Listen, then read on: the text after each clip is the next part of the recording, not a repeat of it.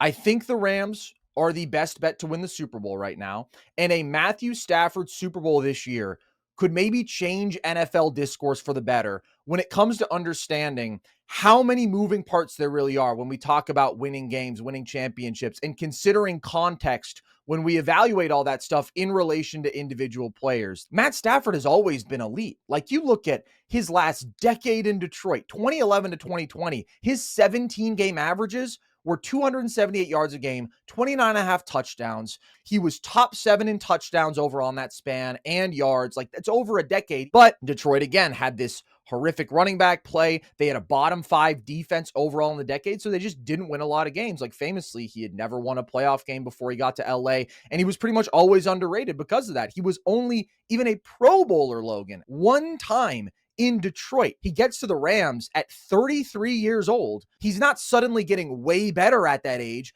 but the perception of him changes so dramatically because with a great coach, with a very good defense, with an A-plus weapon, just with good surroundings, while he's still playing at this elite level, he wins the Super Bowl in year 1 in LA. And now they've been in the playoffs every year that he's been healthy. And this year, he's got a chance to win another Super Bowl as he's on pace to break the touchdown interception ratio for a season, having this MVP caliber year at 37 years old.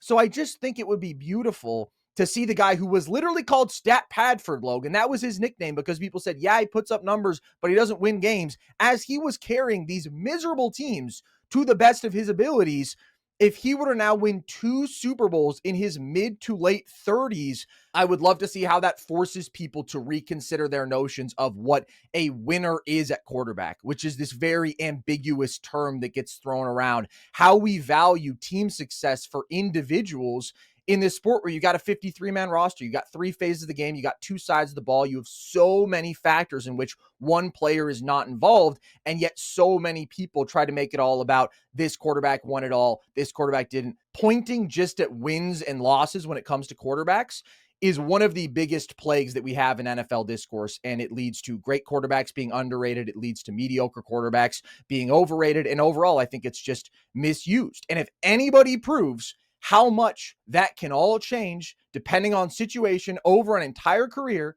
even if you've always been playing at a high level, it's Matt Stafford.